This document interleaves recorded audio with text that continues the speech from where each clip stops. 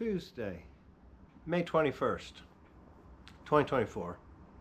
I'm coming to you from my dad's place in Ashburn, Virginia. It's hard not to say parents or mom and dad's, because that's what it was for the last 9 years, but now it's just dad.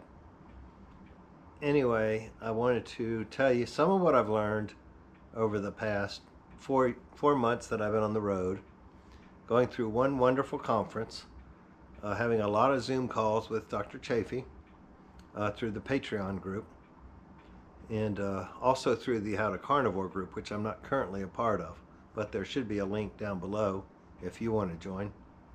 I would like some of the people that I know to join, and that would encourage me to get back in. You might be able to tell my face is a little more rotund than it was 4 months ago. Well, I don't know about 4 months ago, but definitely I'm not at my lowest. I haven't really lost the rebound from mom's passing.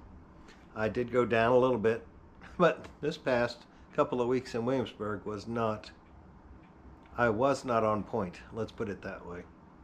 But one of the things I learned on the road was that there are at least 4 theories about how we gain and lose weight, how we retain fat, what fat is good, what fat is not good.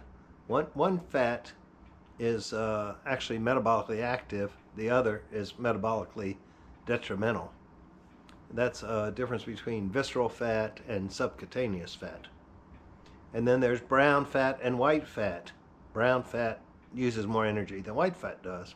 I'm not going to go into any of these in depth tonight, and hopefully the GoPro will keep working. It beeped and shut me off after about a minute last time, so hopefully I can get a full video recorded.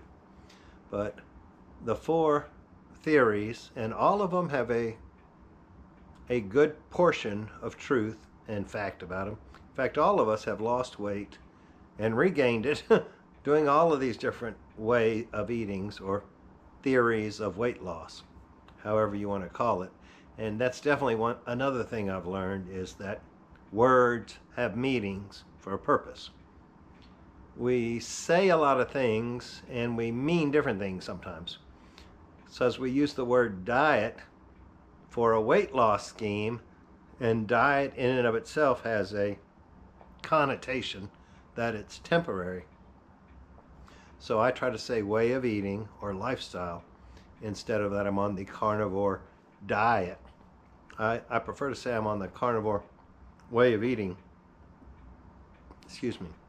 And I made a video that never got released that mentioned that I kind of consider myself more of a ketovore recently than a carnivore, since I had continued eating sourdough bread.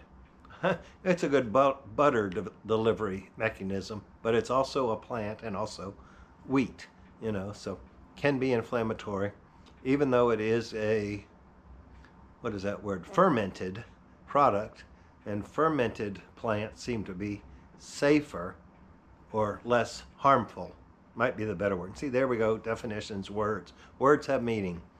Is safer the same as less harmful? Well, it could be.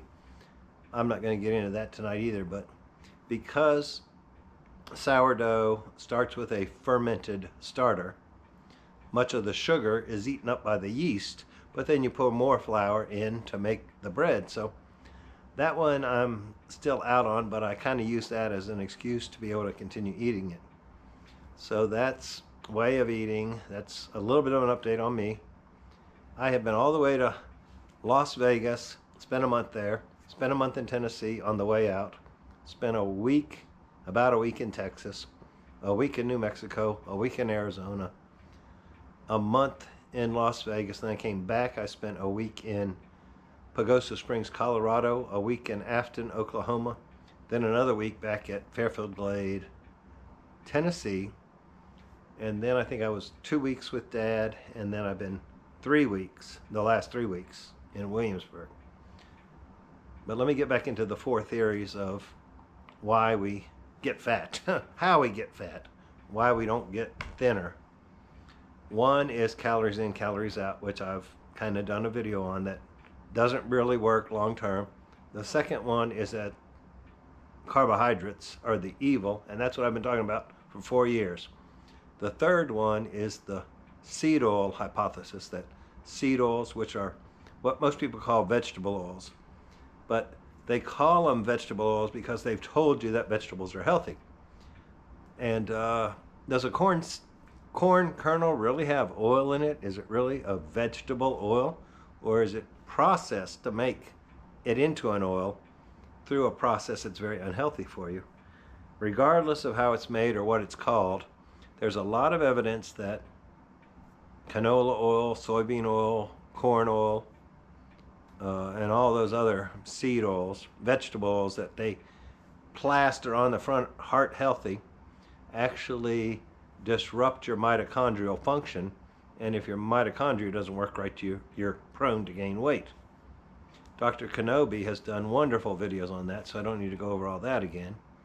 And then the fourth one, I'm not exactly sure what the theory or thesis is, but it's something with either eating too much protein or too little protein. Some people think if you eat too much protein, it through glyconeogenesis, where your body makes sugar, that if you have too much protein, your body turns it into sugar. I'm not sure that that's accurate. I would have to do more research on it, but I think the theory is if you eat too much protein, you're going to gain fat because your body is converting the excess into sugar in your body. And that's how carnivores make sugar, is your body will make enough to keep your brain supplied with the glucose that it needs. So those are the four, and I will do a in-depth breakdown on them at some point. But that, and I may have already mentioned this, that Dr. William Cromwell did a talk at the conference in Vegas about how you can't just look at LDL or ApoB or HbA1c and make a diagnosis for the whole person from one factor. So he used a photographic term, which is to open the aperture, which means you let more light in, or you see a bigger picture depending on which form you're talking about. You can do one or both with an aperture. But his whole talk was about not that you can look at HbA1c and come up with a prognosis. You can look at ApoB and come up with a prognosis. You can look at LDL, HDL, triglycerides, all these individual factors. And your prognosis by looking at that one factor could actually be accurate. When you put them all together and see what the whole organism is doing, those individual factual comments are less factual when you're talking about does it cause the organism, i.e. me or you, the person, to die sooner or live longer. You know, you might, and just for an example, you could say, and I'm not sure I agree with this, you could say that LDL causes stenosis or arterial sclerosis, and therefore it causes heart attacks because arterial sclerosis causes heart attacks. And what's the word I used? Cause. But it's more association. And so some doctors get in the mindset, oh, we got to treat the LDL, you know, because it causes heart attacks, which is not necessarily a proven fact. Yes, it may cause a heart attack here and there. But what Dr. Cromwell was trying to get across, and I think he got across to me, was that even if LDL causes a heart attack, are people dying any sooner if you lower the LDL? So that's a term they call all-cause mortality. Well, no, that's not all-cause. All-cause means does the person die from anything, and mortality means do they die from that specific thing. I don't have notes, as you can tell, but I did want to get a video up by tomorrow, so I have to get something out here. So all in all, it was a good trip. I didn't get as many videos made as I would like. In fact, generally, if I've gotten them made, they've gone out. So I'm not giving up on the channel. I'm not necessarily putting it on the back burner, but I am going back to a full-time job as soon as I can find one that'll hire me. And I've had 2 or 3, I think 3 interviews and 1 phone call about a job. No, I'm sorry, 2 phone calls now. First one I don't think is going to amount to much. Second interview didn't amount to much. I haven't heard from the first one yet. I should expect to hear from the first one and the fourth one, third one. I've lost track. The very first one I did 2 weeks ago and the one I did yesterday, I expect to hear from either this week or next week. And I may be going to Pennsylvania to do another one later this week or next week. I don't know for sure. I've heard from the person, but then they kind of stopped corresponding. Maybe they had a day off. I don't know. But maybe they had 2 days off or 3. They texted me at like 7 a.m. Sunday morning, which I thought was kind of odd. But either they're working overnight or they had time to make up and it came in. But by the time I got to church, they had pretty much stopped texting me, and I haven't heard from them yesterday or today, which is okay because it's the same company that I had an interview for yesterday in the Winchester area, and I'm thinking that was a pretty good fit. I'm thinking I may get an offer up there, so I'm looking forward to that. But I'm going to work for several more years to refill the coffers while I continue to build this channel with some quality videos instead of just trying to guarantee I get one up every week. I'm going to try to get a good one up whenever it gets ready. And I'm off to the hot tub. Good talking to y'all. Good. Thank you for joining me. There is a button over in this corner, I believe. Little red, white, and blue circle. You can click on that if you wish to subscribe. There's a thumbs up, thumbs down button down below. You can click on that.